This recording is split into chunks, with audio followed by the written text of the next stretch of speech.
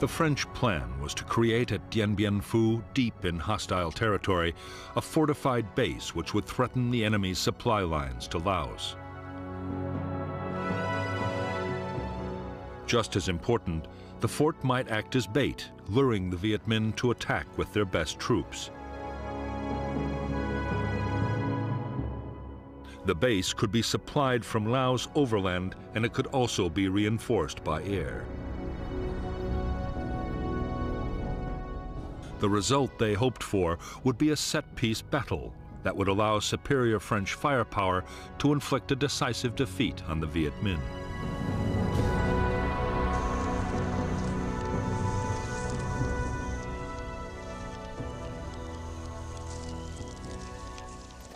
In late November 1953, the Viet Minh's 316th Division advanced towards Laos, just as the French had expected. On November 20th, 800 elite French paratroopers, including a battalion of the Foreign Legion, were dropped near Dien Bien Phu. The reaction of the Viet Minh was to march elements of 5 more divisions towards the French camp.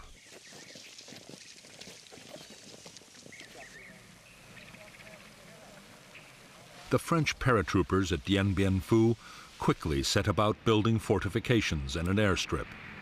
The idea was to mount offensive sweeps into the surrounding area, but soon the French were forced to think again.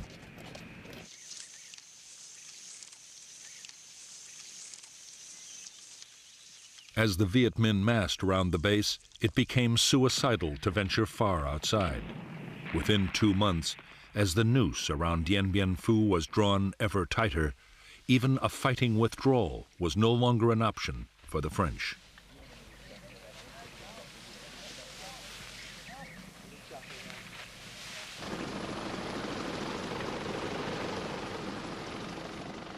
Even though his forces were now surrounded, the French commander, Colonel Christian de Castries, was completely confident. He was certain that aircraft could supply all the base's needs. Only enemy artillery posed any real danger.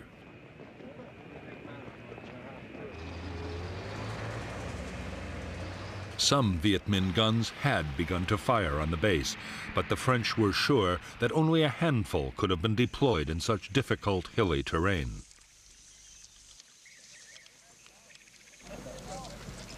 As for Viet Minh supplies and reinforcements, French air power would make sure they never reached Dien Bien Phu.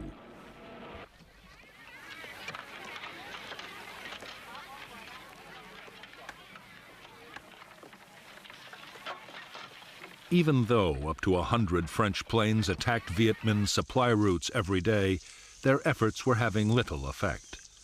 Too often, aircraft were grounded by the weather, and in any case, the Viet Minh were masters of camouflage and deployed huge numbers of anti-aircraft guns.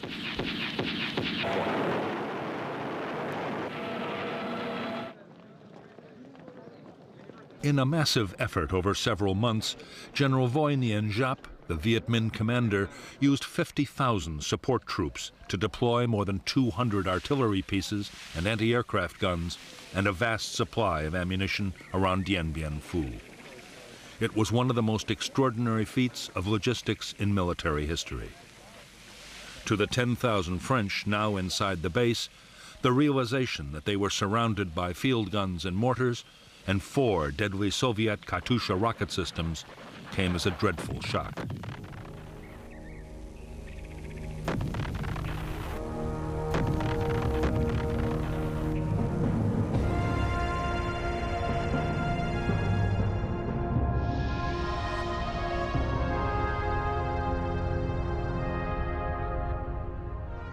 The French base at Dien Bien Phu had been sited on a flat valley floor. The airstrip and headquarters were the focus for the main battle position. A complex of 5 strongholds, codenamed Françoise, Huguette, Claudine, Eliane, Dominique. To break up attacks, strongpoints Anne-Marie, Gabrielle, Béatrice, and Isabelle had been created on a series of low hills. The base was manned by 9 infantry battalions and 2 crack parachute battalions. For support, there were artillery and mortars, light tanks, and fighter bombers.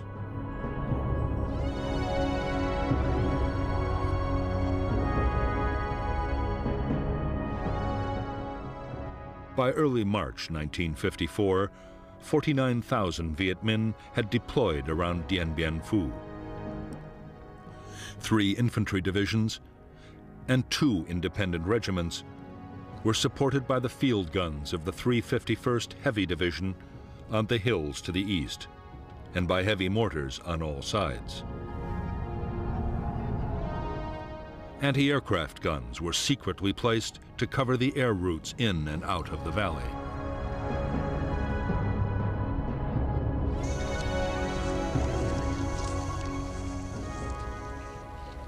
As the weeks went on, Viet Minh artillery fire caused more and more casualties amongst the French at Dien Bien Phu.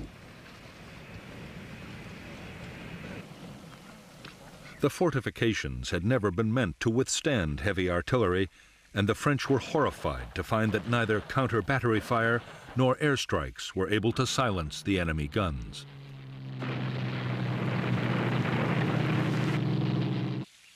They were too well dug in to hillside caves and bunkers, and too well camouflaged. Any day now, the French knew, they would face an all-out enemy attack. It came on March 13th, 1954.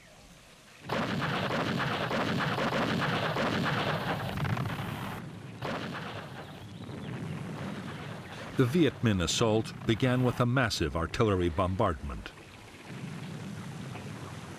French gun positions in the central area were hammered. In 3 days, after repeated human wave assaults and hopeless French counterattacks, the Viet Minh took the northern strongpoints of Beatrice, Gabrielle, and Anne-Marie.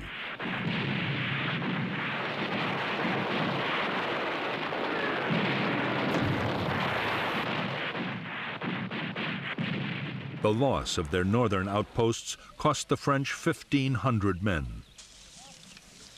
The Viet Minh had suffered much worse, nearly 7,000 killed and wounded, but they had proved that the French defenses could be overcome.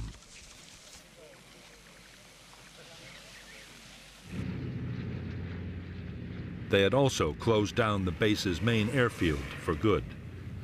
The French would now have to depend on parachute drops for supply and reinforcement.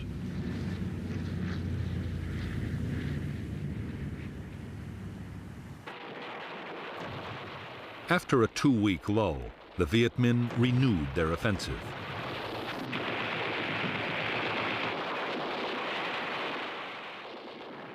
The battle raged for a fortnight, with the French contesting every foot of ground.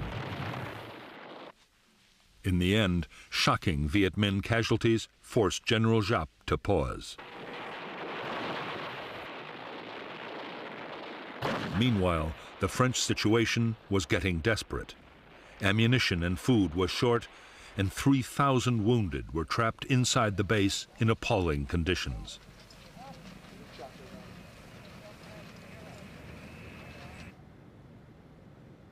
With disaster looming on the battlefield, the French appealed to the United States for help. There was a plan to use American bombers and even to drop 4 nuclear weapons, which was codenamed Operation Vulture. But Eisenhower ruled out any American military intervention unless other allies took part. None agreed to help. The French at Dien Bien Phu were to be left to their fate.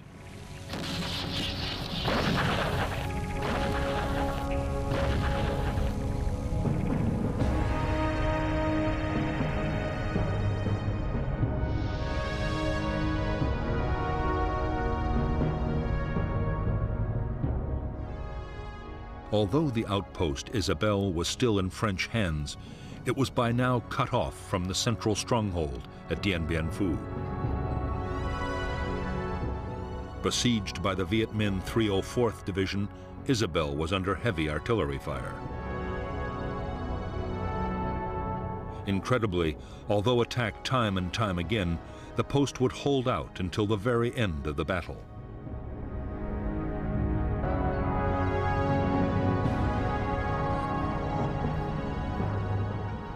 In the central sector, strongpoint Françoise had been abandoned, and the Viet Minh had captured Dominique along with part of Elian and Huguette.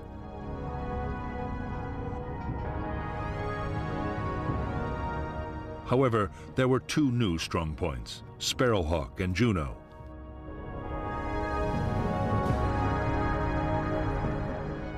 Meanwhile, the Viet Minh had adopted new tactics in an attempt to reduce their terrible casualties. Secretly, they had dug more than 50 miles of trenches, creeping right up to the French perimeter. The final Viet Minh assault came on the night of May 1st, 1954.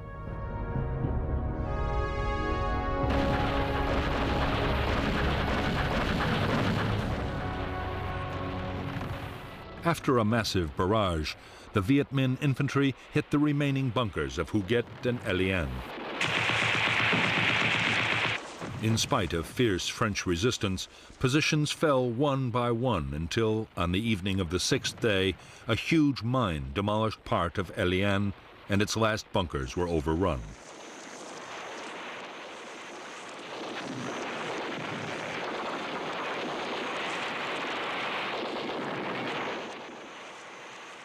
At 5:30 p.m. on May 7, 1954, Vietnamese forces occupied the French command post, and the French commander ordered his troops to cease fire.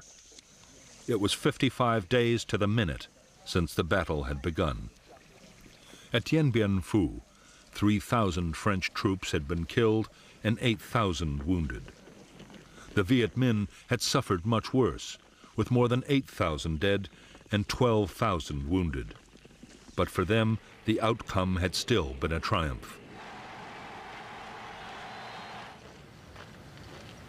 On the eve of an international conference on Indochina, they had shattered France's resolve to carry on the war.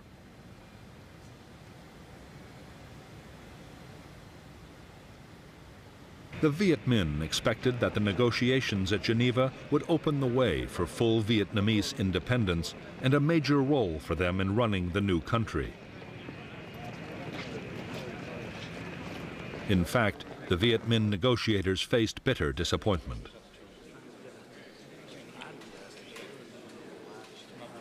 Behind closed doors, Chinese Prime Minister Zhou Enlai struck a deal with the French and forced Ho Chi Minh to agree that the country be divided into two zones.